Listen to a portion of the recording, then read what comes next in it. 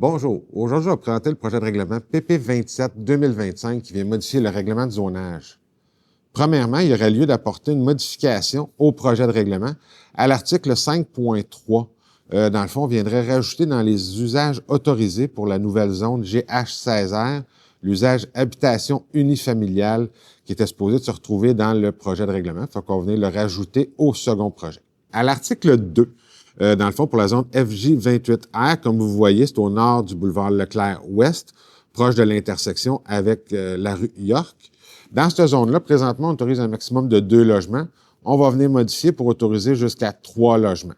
Donc, c'est une modification aux usages autorisés qui était résidentiel. Ça va rester résidentiel, mais avec un maximum de 3 logements au lieu de 2, comme présentement.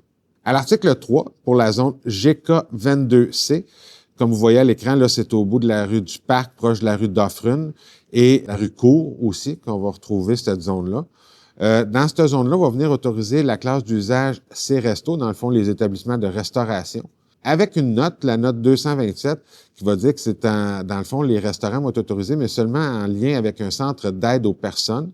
Mais on va exclure les centres de répit pour personnes itinérantes. C'est vraiment des restaurants pour centres d'aide aux personnes.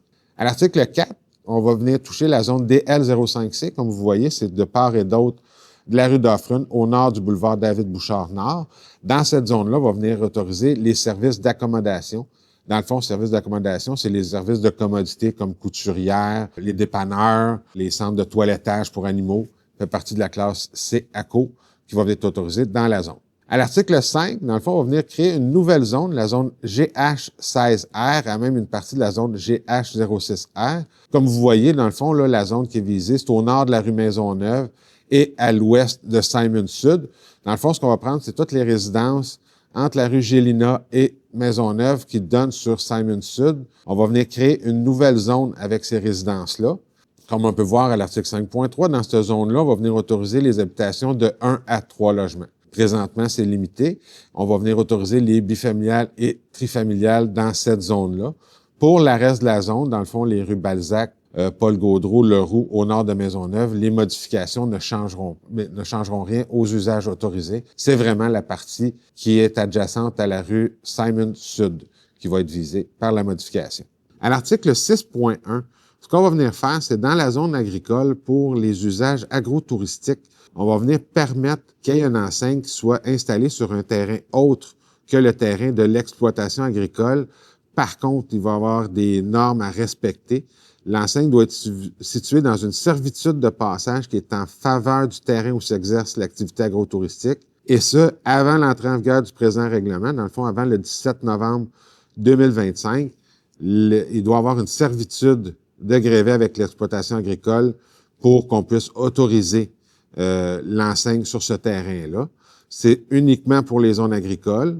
La superficie maximum de l'enseigne, c'est 1,5 mètres carrés, une hauteur de 3 mètres carrés. L'enseigne ne pourra pas être éclairée, puis l'enseigne doit être comptabilisée dans le nombre d'enseignes autorisées pour l'exploitation agricole ou agrotouristique qui veut bénéficier de cette autorisation-là pour les enseignes. Et finalement, l'article 7, dans le fond, il y avait un fossé qui était identifié comme étant cours d'eau le long de la rue Marie-Ange. On s'est rendu compte que c'était vraiment un fossé et non un cours d'eau qui était là.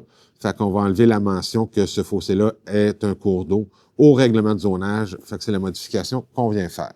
Comme mentionné dans l'avis public, le premier projet de règlement a été adopté par le conseil municipal lors de la séance du 17 novembre 2025. Le projet va faire l'objet d'une assemblée publique de consultation qui sera tenue à l'Hôtel de Ville le 17 décembre 2025 à 18h30. Au cours de cette rencontre, on va expliquer le projet de règlement, les conséquences de son adoption, puis on va entendre les personnes qui désirent s'exprimer sur le sujet. S'il y a lieu, les commentaires recueillis vont être transmis au conseil municipal à l'occasion de l'adoption du second projet de règlement lors de la séance du 19 janvier 2026. Puisque le projet est soumis à l'approbation des personnes éligibles à voter, les citoyens concernés vont pouvoir demander la tenue d'un registre du 23 au 31 janvier 2026 inclusivement. Un second avis public détaillant la procédure à suivre pour demander la tenue d'un registre va être publié le 23 janvier 2026. On vous invite également à prendre connaissance de l'avis public ainsi que du document intitulé « Calendrier d'adoption » que vous retrouverez dans le même onglet que la présente capsule, lequel va résumer la procédure d'adoption du projet de règlement. Finalement, pour obtenir plus d'informations quant à vos droits relativement à ce projet de règlement, vous pouvez communiquer avec les services juridiques au 450-776-8277. Merci. Bonne fin de journée.